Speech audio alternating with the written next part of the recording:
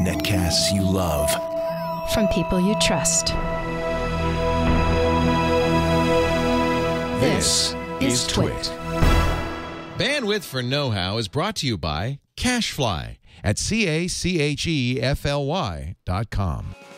Today we're going to show you how to use fitness gadgets to get fit. Yes, today you're going to know how to keep your New Year's resolution.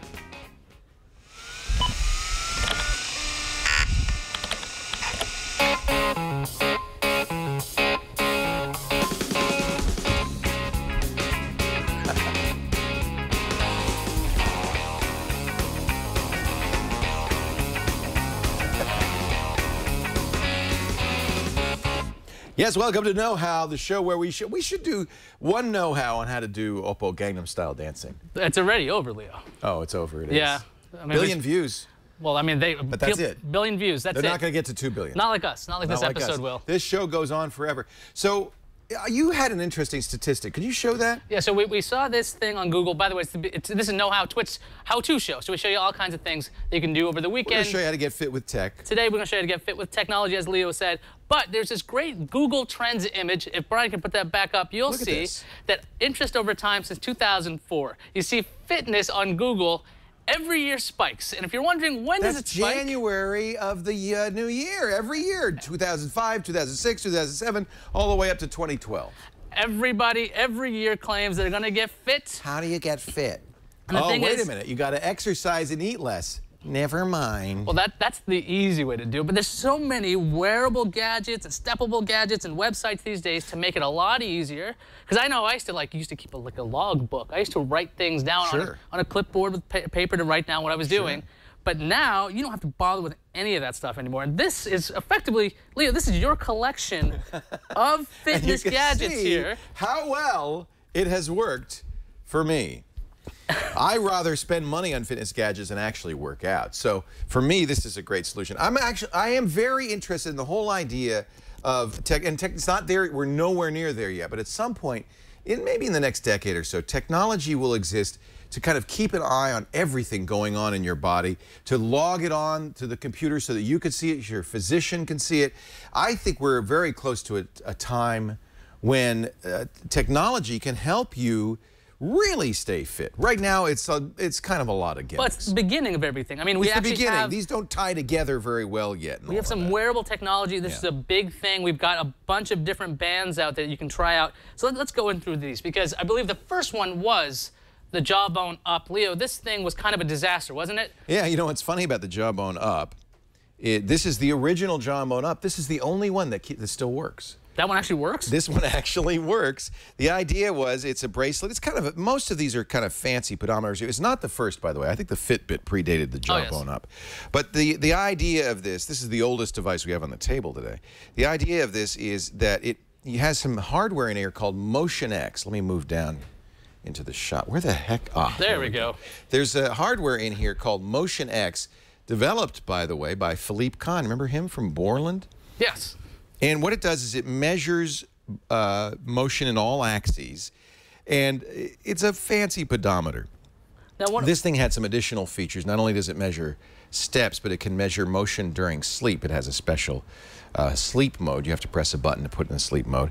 And it will also keep track of how you sleep, the premise being if you're moving around, you're not sleeping very well. So deep sleep requires just not moving at all. And it'll give you a graph. It'll also show you, you can also press another button to put it in an exercise mode, and it says how long you exercise intensely, how intensely it was, how many steps, and how many, it projects how many calories you lost. Now, ideally, this would measure your blood chemistry. It would actually know exactly what was going on. It's not. It's just a fancy pedometer. Well, I mean, it's $100. Really thin, really light, and that's the first gen was $100. But you said it was a disaster, and it was because there was a bad capacitor, I guess, in the manufacture. The folks who make this Jawbone refunded everybody's money, even if it didn't break, although most of them did break, and went back to square one. They redesigned it. They've re-released it. This is the new one, and it does seem to work. We don't seem to have the failure rate we had of the original. This is the new one. Apparently, they've been, Jawbone did a bunch of testing. Looks the same. It looks the same. It's about the same weight, but the thing is apparently inside much better built. It's supposed to be waterproof at this point, and this is that button Leo was talking about. If you just push it down there, you'll see. There's three different modes, a sleep mode, a normal mode, light. and a high Kind of hard to see activity right there.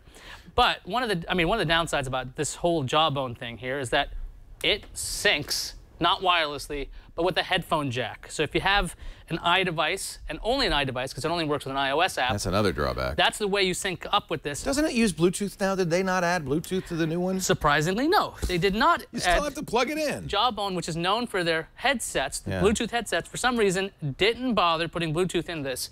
But this is supposed to be a lot better and a lot more rugged than the old one. So Jawbone Up tracks sleep, unlike a lot of the other ones, actually. Right. Activity and calories burned. Now, this is $100. Actually, that new one's $130. Well, there you go. It's more expensive because it doesn't break as much as the $100 version. So if you see a $100 version, run away from that This was the first device I ever saw. In fact, Kevin Rose was the one who turned me onto this. This is called the Fitbit. All show Motion X hardware inside. A fancy pedometer. You see the little flower grows as you take, where is it? There it is. The little flower grows as you take steps. It shows me how many steps I've taken. This is yours? No, that's Liz's. But the thing, she's taken a lot of steps. She's got a lot of these 19,000 steps, Liz? Holy cow. It's counting her bounces. How many miles? She's gone 10 miles. She's burned 2,480 calories. Liz, now this one, the newer Fitbit, also measures altitude, so it knows if you've climbed any stairs. At least it says she hasn't climbed any stairs, and there's her little flower. It's full because she's met her 10,000 step goal. So again, a fancy pedometer. But both this and the Jawbone Up will log into a website, update it so you can see it online. The Jawbone Up uses iOS. This works with the internet and so forth. This is another Fitbit. This is the cheap Fitbit. That is basically all you really need. It's a pedometer. This is the Fitbit Zip you're holding. This is the $50 version. It doesn't take care of. It doesn't track everything that the fancy one does. Is it smiling or sticking its tongue out at me? I can't tell. Maybe it's mocking you to continue moving. I'm not really sure what it's saying. But unlike the Jawbone Up, these have displays. Okay, so when you have the Up, there's only this tiny light that says you're switching modes. But these things will show you the amount of steps you've taken. This is cool too because it actually is a watch and it has a nicer clip. I've had numbers of Fitbits. Lost them all. Lost one in Paris, lost one in San Diego at the zoo. They fall off all the time.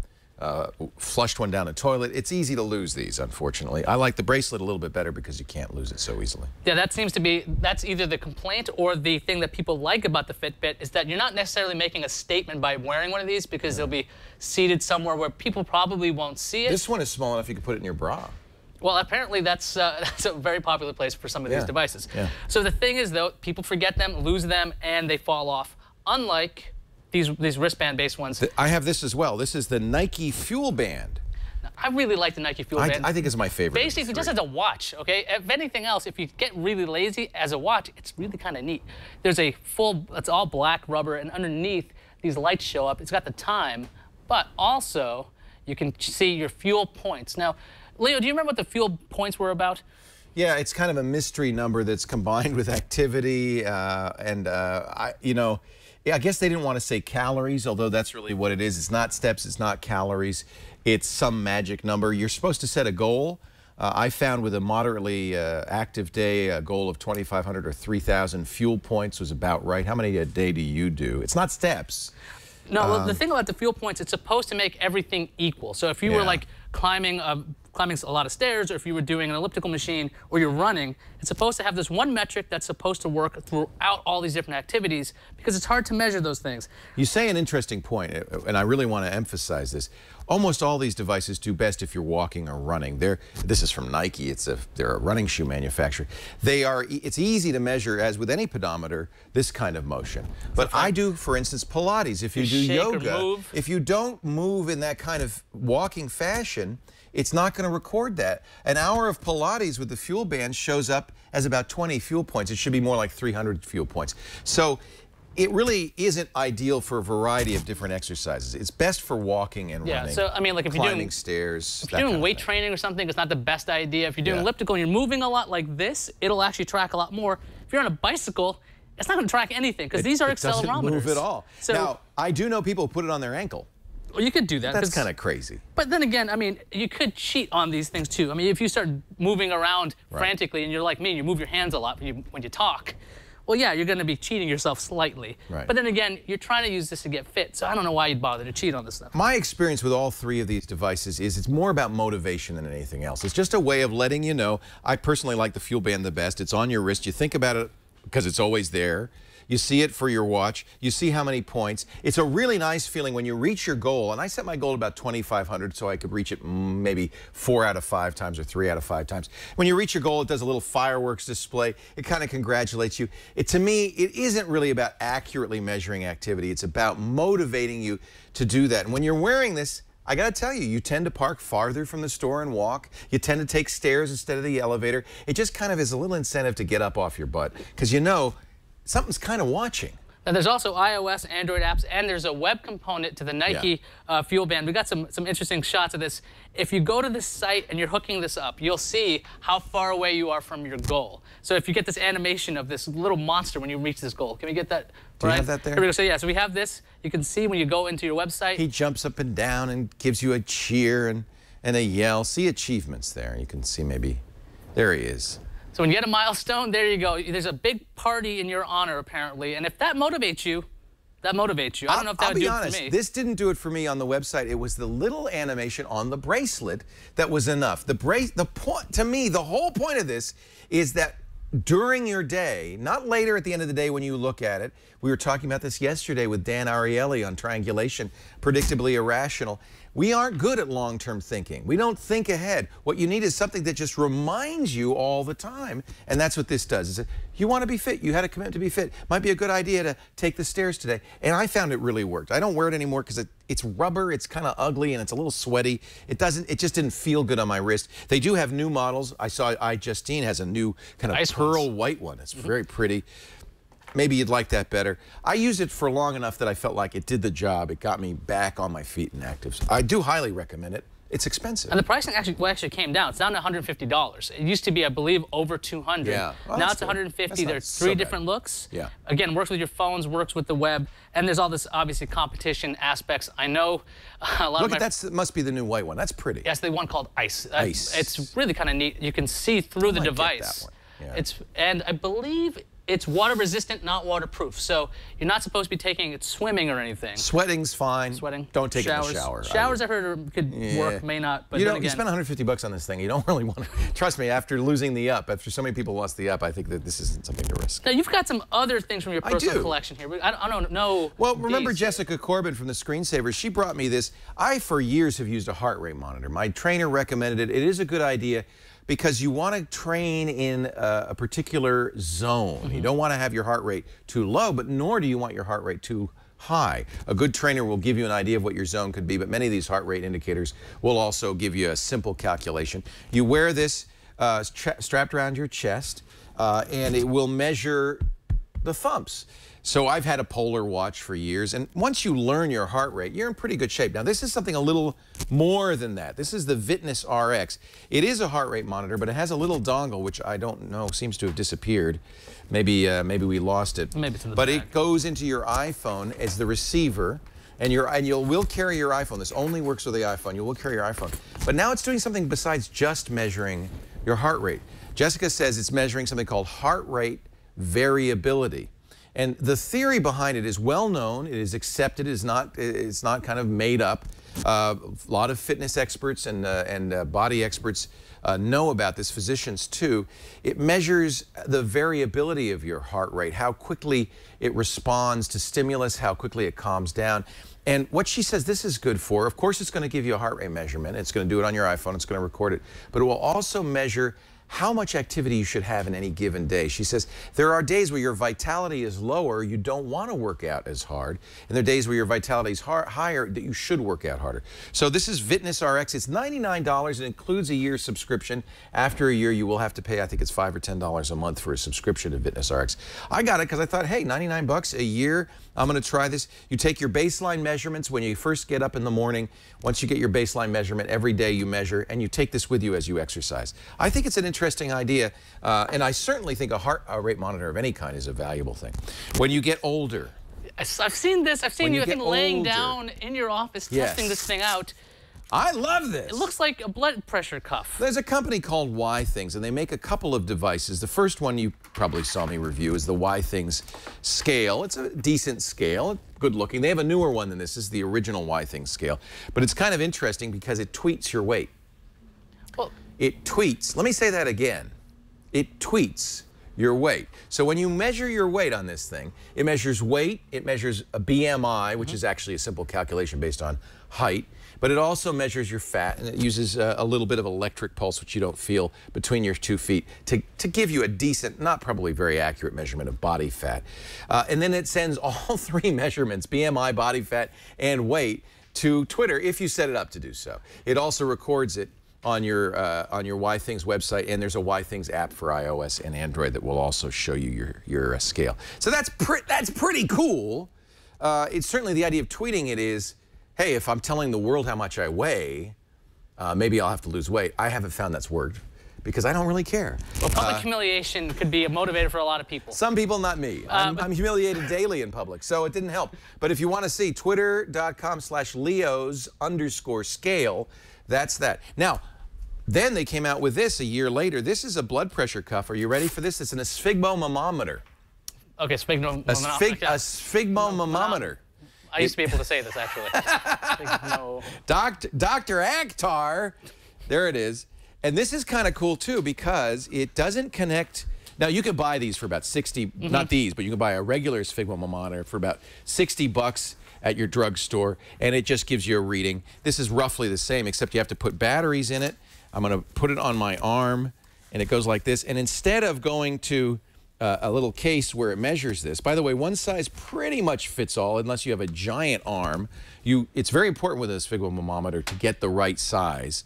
If you have the wrong size cuff, it's not going to do a good job. This one, it's one size fits all, but I think it does a decent job with the Velcro. Interfaces with the dock connector. Did you see that? I just plugged it in. It has a 30-pin port. You'd have to get an adapter if you have a newer iPad. Let me open it up, and as soon as you, let me do this again. As soon as you plug it in, it launches the Why Things app, and it walks you through a blood pressure measurement. Should we do it? Let's go for it. How are you doing today? It's nice because it gives you a little bit of a how-to beforehand. You should measure your blood pressure several times a day.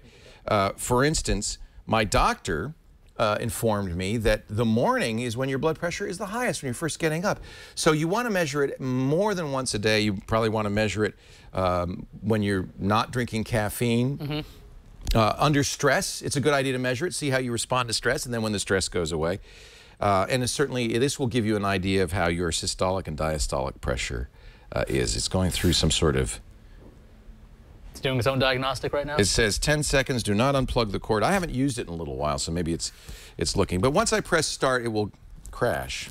While you're getting that to go, I'm going to talk a little bit more about this scale, because it actually does track up to 8 people. So if if you want to share a device, yes. I mean, these wristbands and the Fitbits and these things are really meant for one person, but this scale will track up to 8 users. I'm glad you mentioned that. That's very important. And it actually integrates with a bunch of services, including Runkeeper. So if you got your phone and you're running around all the time, you can actually sync up that data with your weight from the scale. And I gotta say, as I've done more and more research on the scale, it seems like it'd be a great pick, because you don't have to carry it, you don't have to keep it charged necessarily, and I believe you are now inflating your cuff there. Yeah, I do like that you can use multiple people with that scale, and it's smart about that because it kind of knows you're not going to change weight by more than a few pounds in a day, so it doesn't automatically assign your weight to somebody else. Okay, it's measuring right now. You can see the pulse rate right there. The scale is not super accurate, but I think the blood pressure monitor is. Whoops, what's happening here? Measurement failed. It might be because I don't have the cuff on very well. I'd have to strip down to really get it on. Wait a minute, let's measure your blood pressure. You want to measure my blood pressure? Let's see how I'm doing. Now, you're supposed to do this with your arm about the same height as your heart, okay? Because we don't want you to be working to get the blood up or down. But we'll do it a little bit off. You see, it fits on pretty much any size because of that. All right, let's start over again. And you're going to feel it. We have to put batteries in this because there is a little engine in here that's actually going to inflate this cuff, just like a traditional blood pressure cuff. And what it will do is inflate it. It's up to 71 millimeters of mercury right now. The pressure is getting higher. It's got your pulse in there. And in a second, it starts to deflate it, and it measures the, let's see, is it doing it? Is it going down? It should be going down right about now. It's not. It's letting go yet. Yep. But yes, I just had a cup of coffee, so this is going to be a false reading. No, it's going to be an exactly correct reading. It'll be correct for the right now, but it's going to be not indicative of what my... There it goes. It's letting the air out. This is very much like any blood pressure cuff, even the one at your doctor's works. You know, we're having trouble with it. It may be that I need to get the battery... It says the measurement is not being taken in ideal conditions. You're on TV right now. Yeah, so when you're going to do this, make sure you're not podcasting live while you're doing it. But I can assure you, I've never had any problems with it. It's probably because the batteries are low, or maybe because of the situation we're in. The other thing that I like about this, you can set it to do 3 readings, one after the other, and then average the 3. You're going to get, I think, a pretty good result. My doctor said, you know, I want to see a record throughout the day, several readings a day over a longer period of time. You know, write them down or whatever. Hey, I didn't have to. I just said, hey, follow me on Twitter, because my blood pressure cuff and my scale are both tweeting weight and blood pressure. So that's good. Your doctor doesn't want to just see one measurement at the doctor's office. He wants to see more than one. It works quite well. I'm very happy. Yes, and it does work with an iPhone. There you go. That guy's in great shape. Of course, they'd show somebody in great shape. A social media manager for your health at that point. Yeah. If you don't want to get any of gadgets, right, this is the thing. You can get all these things. You can try to hope that they'll make you more fit. You might be more motivated by, I don't know, achievements. Now, there's a great site for that called Fitocracy. It's basically a social network dedicated to fitness. Now, that's neat. It's really interesting if you like badges and things. There are all kinds of challenges you can go up against there. You can become like, there's a Paperboy challenge where you got to complete 2 tasks in 1 day. It also does a whole lot more. You can look at every activity. You can log every activity you do. It's not just a workout, not just Pilates. You could save every movement of that workout right on there, because it'll go very detailed if you want to. That's a lot of work. You can do, but the thing is, how much you want to write, or how little you want to write, it's up to you on there. And if you're just starting out and you're like, I don't know what to work out, what kind of workout I want, you can see other people's workouts and you can just take a look at it, and you can either copy it or you can modify it the way you want. But there's all kinds of supportive people in this community when it comes to fitness. So if you just need more people telling you, hey, you can do it, Fitocracy, it doesn't cost you anything. That's you don't nice. need any gadgets. It's free? It's free. Wow. So that's a site out there you can try. Then there's my personal favorite, which is Joe's Goals. This might be the simplest website that exists out there. It's simply a chain calendar. Now, you can define any of the parameters. You can say, this on the example here, it shows exercise, update blog, bring lunch. So if you have other New Year's resolutions, let's say you want to eat out less or anything, you can actually have negative points or you could have positive points. There's something about building a chain. When you start customizing this yourself, you see on the right side, you can say longest chain. So if you've worked out for like 10 days in a row, there's something about that chain. You don't want to break it. And I found that to be the most effective way for me to actually work. What a good idea. But it doesn't have a sharing component unless you embed. You can turn on a sharing component where you embed a piece of HTML. But it doesn't have the same kind of big social function. Let me just show you real quickly. This is the graph you get over time. The top is weight, the bottom is blood pressure. You can zoom in on it. You can see what your different days were. I think this is really a nice way to keep track of this. Can I show you my favorite fitness website? What's that? It's dailyburn.com. Now, this one's not free, but it has workout videos. It has a social component. You can join teams. You can get challenges. It has a iOS and an Android app. It's $10 a month, dailyburn.com, and I find that's also a really great way. You could try it free, as they say there, for 30 days. Really great way to get motivated. All of this is about motivation, isn't it? About trying to get off your duff and doing it, and most importantly, not doing it for the first week of January, but doing it every day throughout 2013. So during this show, I've actually checked my fuel points here. We started off at 21. I'm at 130 just by moving around. I don't know if I've burned off a whole bunch of energy. You haven't used it. I've been doing this. It's ridiculous. This is what I've been doing, right? So the thing is, these measurements, again, you got to know yourself to make sure that you're using this right. But it also means that I move my arms a lot, apparently, when I talk. Or I was holding up, this scale is really heavy, you know? So that's kind of the point, is that we aren't yet at the point where, A, these things are very accurate in their measurements, and B, whether they all tie together. I would like to see it all tie together. I'd like to see blood chemistry, blood pressure, heart rate monitor, you know, workout and food all in one app all the time. I think that would be great. I think that's going to happen. You mentioned the Run Tracker folks. Yes, Runkeeper. Runkeeper. They've created an API that works across the board, and I think more and more of the hardware is going to start using the Runkeeper API. Right, like the Wyden scale syncs up with it. So does the there's a Fitbit scale called the Fitbit Aria. Does the same thing. My hope that will at some point we'll get that kind of. As long as they stay open, those APIs are available. You'll be seeing a lot of these services integrate. It's actually pretty neat. So this is like I believe the beginning of everything, because we have, I mean, we're close. The idea of having a wearable computer on you, like, that's awesome. Oh yeah, another thing about the FuelBand, syncs up to Bluetooth. So. Oh yeah, we should mention that, because these other ones you have to go sync them up by hand. This you just walk into the room and it knows. And by the way, if you guys are like, okay, what device did what? Where do I find them? Where are the links to everything? Don't worry, we got show notes up at twit.tv/KH. I've got notes on pretty much everything we talked about. You'll be able to find links to everything we talked about. And if you want to try a different project, there's also our whole archive available in glorious HD, twit.tv/KH. So, now that you know how to keep fit, I think someday soon you're going to look just like me and Ayaz, fitness buddies. All you want to do is pump you up. Go out and do it, and have a great 2013.